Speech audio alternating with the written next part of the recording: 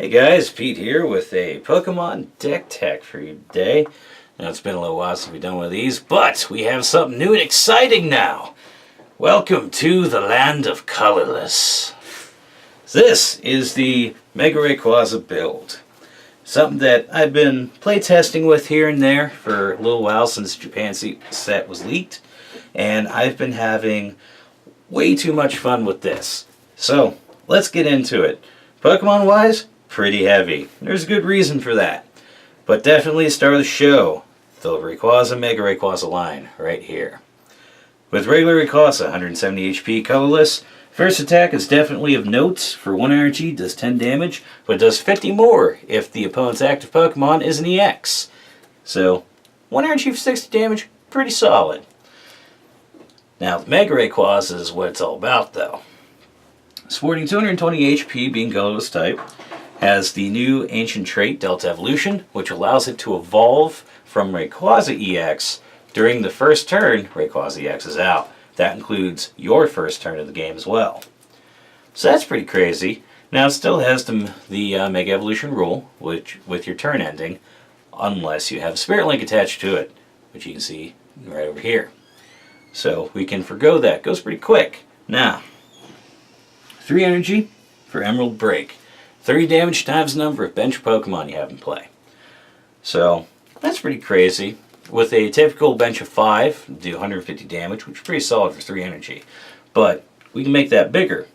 Especially with this guy right down here. Skyfield allows both opponents to have a maximum bench size of 8.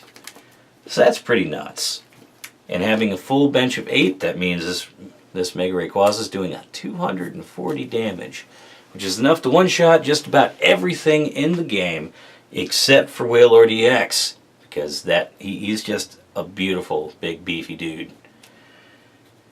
Definitely a really good card in this deck, and realistically a good card in just about every deck now is this here Shaymin EX, the new colorless one, 110 HP.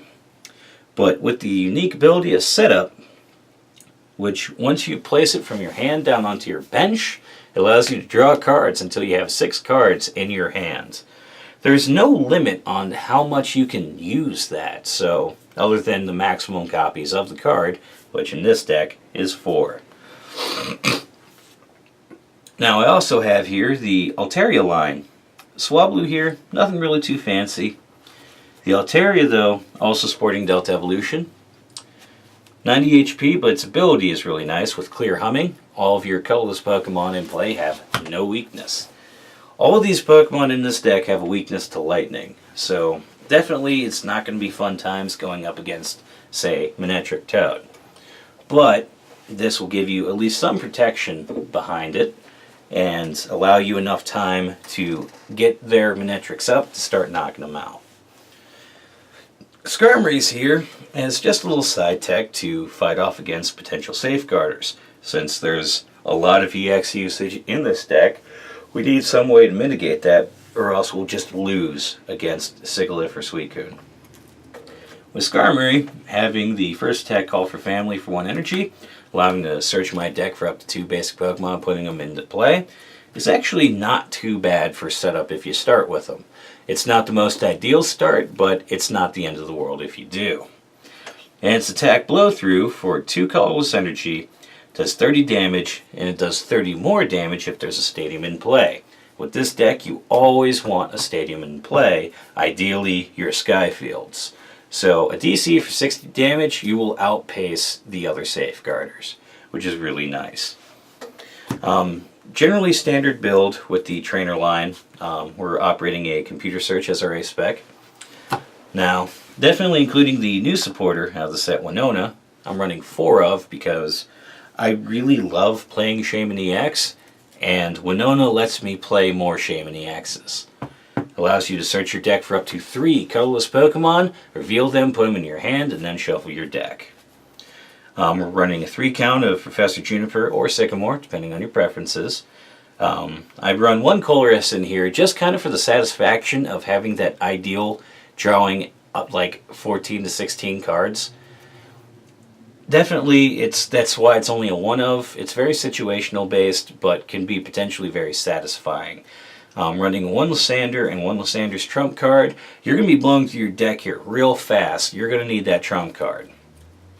We're running a 4 count of the Skyfield because we need to win that Stadium War. We need Skyfield active. Running Rayquaza Spirit Links as well. So we're going to scoop these up and out of the way here real quick, and we'll show you the item lines and the energy counts.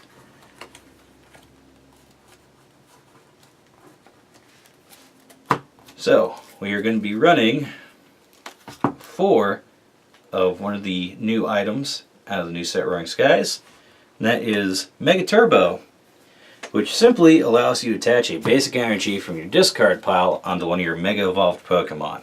Think of it like a Dark Patch for Megas. It's pretty nuts.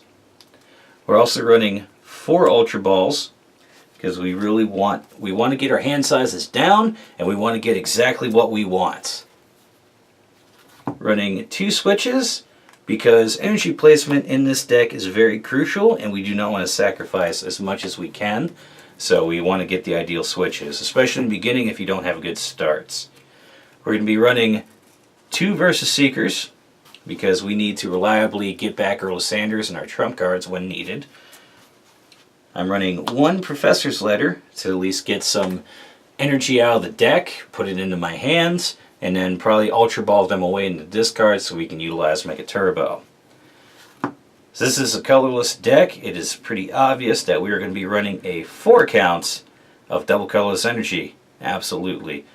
A lot of things in here make great utilization of it. And then I have here a count of 7 basic energies. Now, what tickles my bone is this is a pure colorless deck. The basic energies, if you want to run this exact list, do not matter. I chose Steel because they kind of look pretty similar to like a colorless basic energy in a sense. And I think it's pretty neat. You can use whatever you want. But I will say definitely this is more of a basic build just to show off the mechanics of Mega Rayquaza and its blisteringly fast speed. It is not unrealistic to have a Mega Rayquaza on your first turn ready to deal at least 150 damage. It is not hard to do at all. This is definitely the kind of deck that you want to go second because you want to get that turn 1 damage out. You want to show presence. You want to just start hitting things really hard. And that's where this deck is frightening. But very open to techs. You could easily tech in a Ninetales line from Primal Clash, which will lock. It will stop people from playing stadium cards. So you want to get that Ninetales out after you've placed your Skyfield. Then put the Ninetales out. Now, as long as Ninetales is in play, Skyfield is locked in. So that's something you can do. There's so many other different things you can do as well. You could tech in Fire Energy and run Fiery Torches, which Fiery Torches in this deck make a lot of sense too, because they also fuel your Mega Turbos as well, while giving you draw power. So many different things because it is a colorless deck. You can do whatever you want with it, and that is wonderful. Now, unfortunately, we're not really going to see this deck in competitive play until around Nationals time, but that's a good thing though because it gives us time to test with this, build around with certain techs, everything like that, to truly get this optimal. And as always, I'm very open to your feedback and suggestions. If you have anything you'd like to say, you have any criticism, comments, anything, please leave comments down below. Let me know. I'm very curious as to what you guys think. And if you like it, go ahead, leave us a like, maybe share it, all that stuff, and check out our other videos on the channel. As always, I'll see you later.